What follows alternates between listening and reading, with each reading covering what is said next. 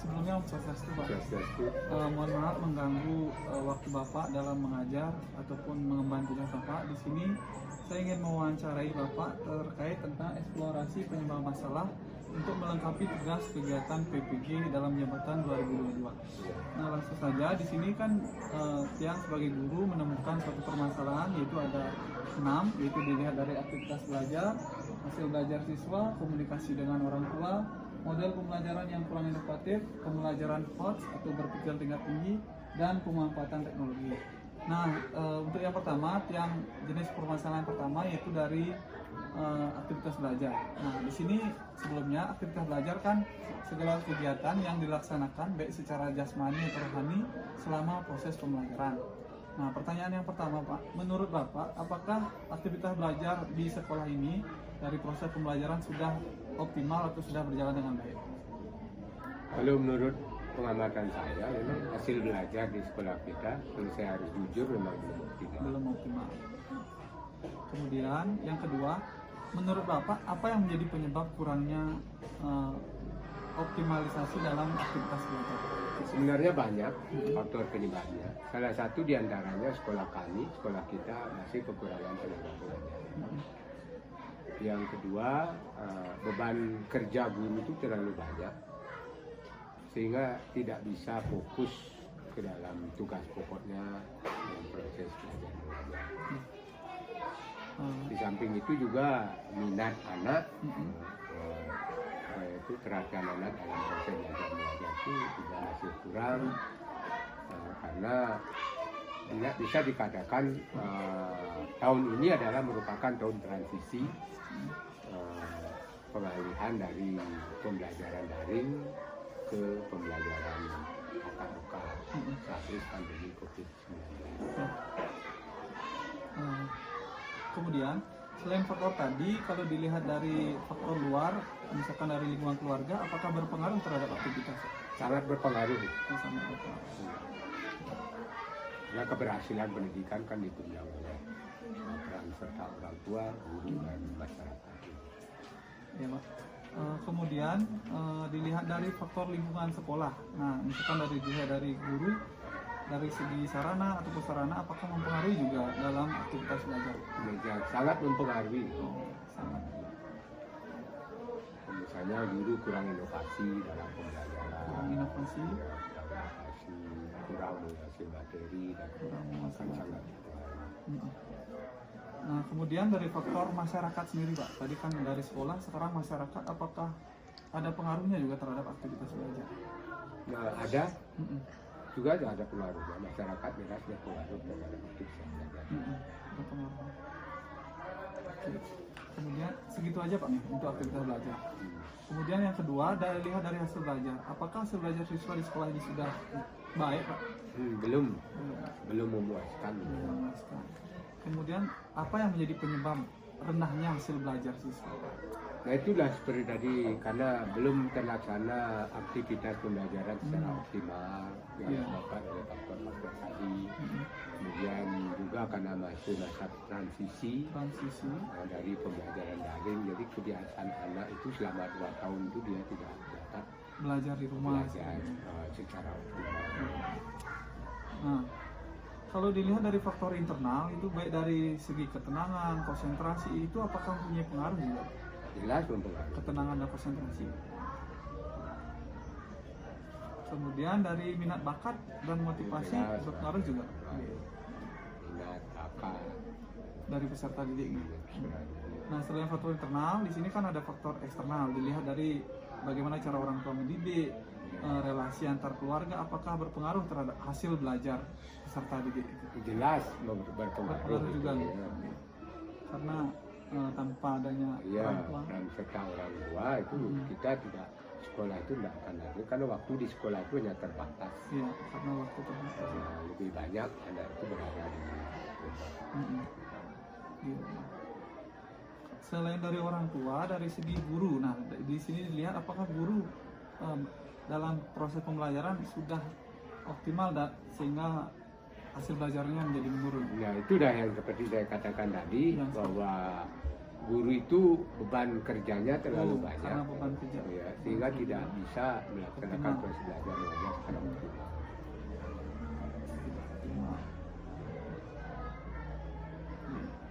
Kemudian dari segi sarana apakah berpengaruh juga? Ya, sarana. Sarana dan media itu. Media kan masih kurang. Kita Media di yang sekolah masih ini, kurang. ya, media kurang. Iya. Pemanfaatan media itu di Medianya kurang dan pemanfaatannya juga belum optimal. Nah, lanjut yang ketiga Pak, ada komunikasi antara guru dan orang tua di sini yang saya teliti masih rendah. Kalau menurut Bapak, apa yang menyebabkan antara guru dan orang tua itu komunikasinya masih terbatas atau masih rendah? Salah satu penyebabnya itu karena rata-rata orang tua di sini itu kerja sebagai buruh harian. Bekerja guru. Jadi mereka waktunya habis untuk bekerja. Waktunya habis.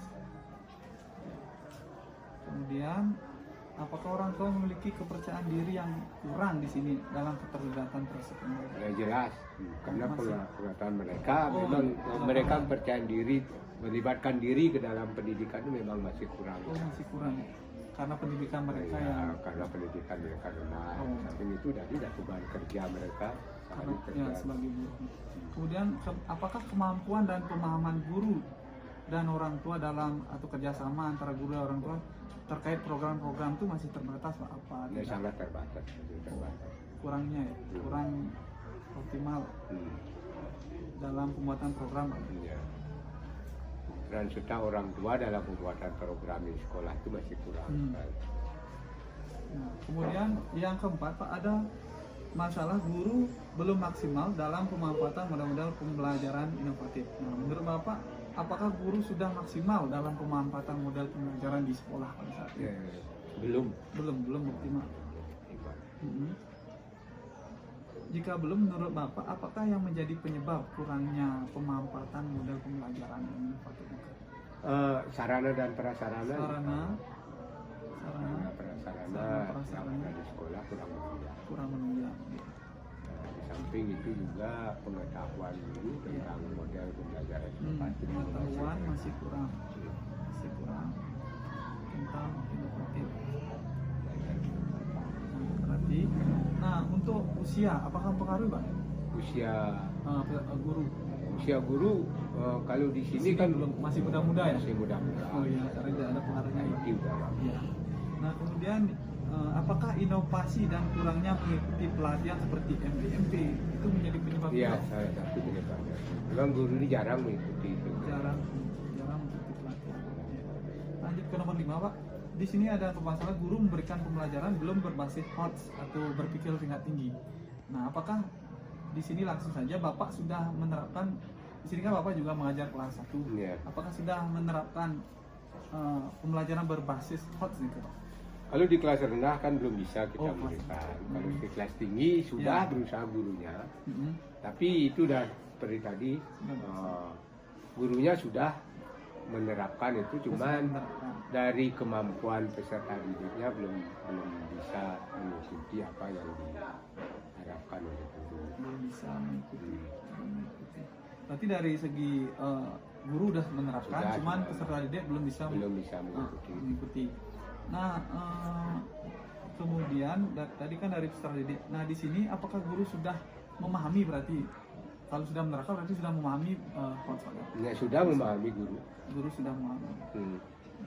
Yang terakhir Pak, ada belum optimalnya pemanfaatan teknologi informasi dalam pembelajaran seperti laptop, LCD. Nah, apakah pemanfaatan teknologi di sekolah sudah digunakan secara optimal oleh guru dalam pembelajaran? Kalau masalah sarana prasarana IT itu karena kita masih sangat terbatas sekali. Apa yang ada sudah dimanfaatkan oleh guru, cuman belum bisa melayani siswa secara optimal. Cuman belum optimal. Ya, karena keterbatasan sarana prasarana. Nah, yang menjadi penyebab belum optimalnya itu bagaimana Pak? Itu dah kita tidak sarananya seperti laptop saja terbatas. Laptop terbatas. Belum mempunyai Chromebook namanya. Iya. Itu dah. Kemudian apakah laptopnya sudah sesuai apa masih program lama gitu Pak? Sudah sesuai. Sudah sesuai. Laptopnya kan sudah sesuai. Mm-mm. Sudah program terbaru. Di Fakultas Neurologi, apakah pemahaman guru itu sudah optimal tentang IT, Pak? Kalau IT sudah, Guru ternyata guru sudah memahami berarti, Pak? sudah memahami tentang pemanfaatan IT. Nah, itu mantap, Pak. Terima kasih atas wawancaranya, Pak. Oke. Sukses, Pak. Oh, Oke. Santi. Baik, terima kasih atas waktunya, Pak. Mohon maaf mengganggu waktunya sebentar. Di sini saya ingin mewawancari tentang untuk melengkapi tugas PPG dalam jabatan 2022 tentang identifikasi masalah yang kami temukan. Itu ada 6, yaitu tentang aktivitas, hasil belajar, kemudian komunikasi orang tua, terus guru yang belum maksimal dalam model-model pembelajaran inovatif, serta guru berbasis HOTS, dan yang terakhir itu pemanfaatan teknologi yang kurang. Nah, di sini saya ingin menanyakan untuk hal yang pertama, apakah menurut Bapak aktivitas belajar di setiap sekolah sekarang sudah optimal, Pak? Secara umum aktivitas belajar sih sudah berjalan dengan baik ya. Cuma kalau kita bisa masalah optimal di daerah, khususnya di desa-desa, ini biasanya terkendala dengan metode yang kita terapkan tidak nyambung. Oh iya. Ya, jadi itu yang membuat menjadi kendala, akhirnya tidak terjadi komunikasi yang baik antara pendidik dengan siswa. Ini nanti ke depannya kita juga perlu pembekalan kepada guru-guru tentang metode-metode yang pas untuk anak-anak di daerah, khususnya di desa. Tentang metode berarti Ya. metode pembelajaran. Ya. Berarti ini ditujukan kepada guru, Pak? Iya, jadi guru juga perlu harus menambah wawasan lah. Ya, dia punya punya berbagai metode untuk memancing siswa dalam berkomunikasi. Berarti itu yang menyebabkan aktivitas menjadi menurun. Kendala pasti. Berarti selain dari faktor tadi, apakah dari faktor keluarga juga mempengaruhi aktivitas belajar? Iya, sangat. Karena dalam hal ini pendidikan tidak bisa sepenuhnya diberikan kepada pihak sekolah saja ya. Karena di sekolah itu waktunya kan sangat terbatas. Iya. Dia punya waktu banyak itu di rumah sebenarnya. Kalau memang dia bisa memaksimalkan waktu di rumah dengan baik. Iya. Tapi kadang kendala di rumah pihak orang tua juga tidak semuanya adalah orang pendidik. Karena mereka dari berbagai unsur ya. Jadi kalau kebetulan dia umpamanya pendidik pasti akan nyambung. Tapi kalau ada yang petani, ada yang buruh dan lain sebagainya, apalagi yang kerja di swasta. Jadi waktunya sangat terbatas kepada anak untuk memantau, membimbing dan ikut melatih soal-soal yang diberikan di sekolah. Jadi itu kendala di rumah adalah orang tua yang kurang waktu untuk anaknya. Jadi ini jadi problem juga dalam kesinambungan pendidikan. Karena ini harus nyambung nih pihak sekolah dengan pihak keluarga di rumah, dia harus sinkron. Berarti faktornya dari guru juga dan faktor dari keluarga juga, Pak. Ya. Nah, kemudian dari hasil belajar juga, Pak. Di sini kan aktivitas juga berkaitan pasti dengan hasil belajar. Ya, Nah, apa juga menjadi penyebab hasil belajar di sekolah itu masih belum optimal? Belum optimal. Jadi ini banyak faktor sebenarnya ya. Bisa itu kendala sarana dan prasarana. Karena sekarang ini apalagi ini zaman semakin canggih, semua pakai IT.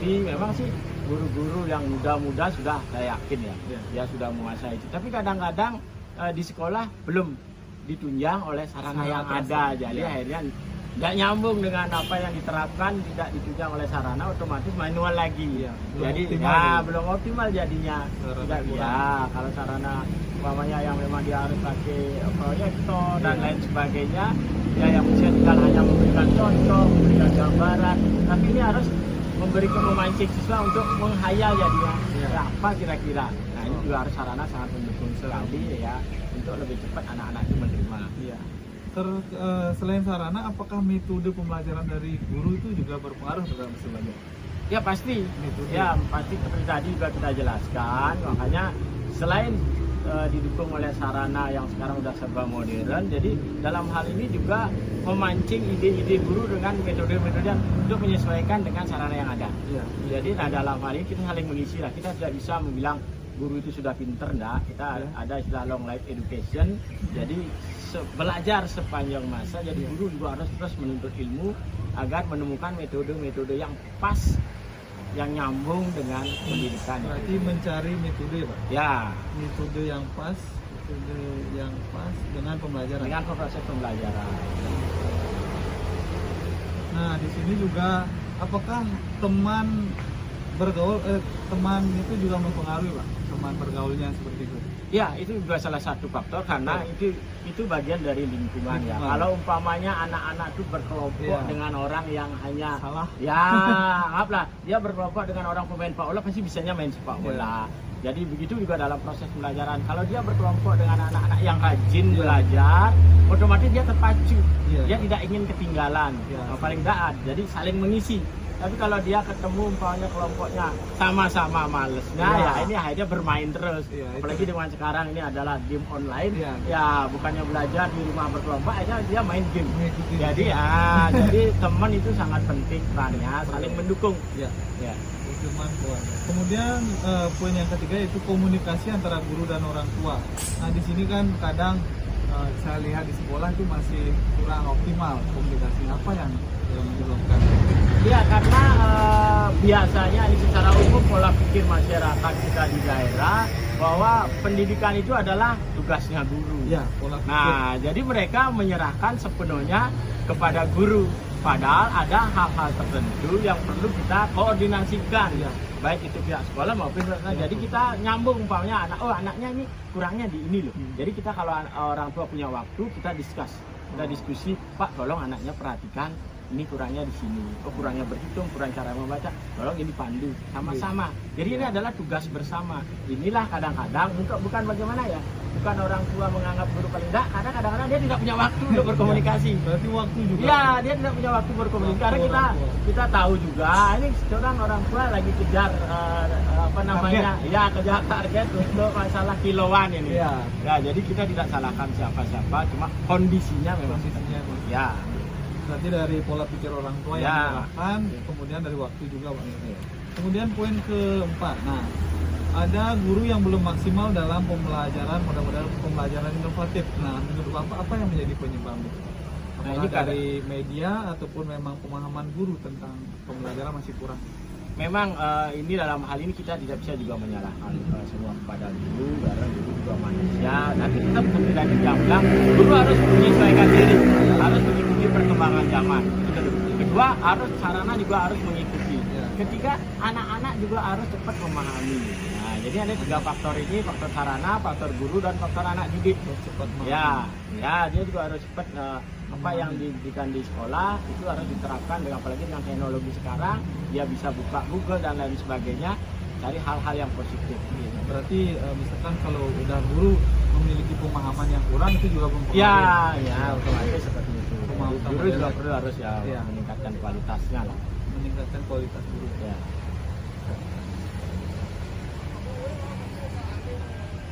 Nah, kemudian dari poin yang kelima ada masalah tentang guru yang memberikan pembelajaran masih belum berbasis HOTS. Nah, di sini apakah menurut Bapak apa yang menjadi penyebab itu, Pak? Apa dari guru apa masih siswa saja? Sebenarnya guru kita sudah berusaha semaksimal mungkin. Guru sudah berusaha semaksimal mungkin untuk membantu siswa dalam proses belajar dengan teknologi yang baru. Tapi kadang-kadang anak-anak penerimaannya tidak secepat itu. Ya, kita inginnya berlari. Nah, tapi anak-anak baru merangkak ini. Penerimaan belum bisa secepat. Ya. Kadang kita sih ya namanya juga guru dengan murid, apalagi di sekolah dasar kan perbedaan sangat jauh nih. Nah, kalau guru mungkin sudah cepat memahami, tapi begitu kita sampai anak-anaknya mau ajak lari ini baru masih berjalan. Nah, ini lambat ya daya terima anak-anak juga ya belum bisa kita harapkan secepat yang kita inginkan. Dan yang terakhir Pak, yaitu belum optimalnya pemanfaatan teknologi di sekolah. Nah, ini apa yang menjadi penyebabnya menurut Bapak?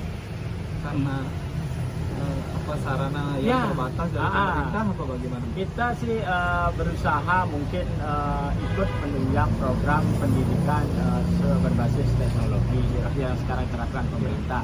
Cuma kadang ini kita di daerah di desa ini kembali lagi. Nah, itu adalah tentang daya dukung sarana dan prasarana. Daya dukung yang rendah. Ya, kita tidak bisa sih menyerahkan kepada pemerintah begitu saja, tapi kita harus memilah-milah pakai skala prioritas dengan dana BOS yang diberikan.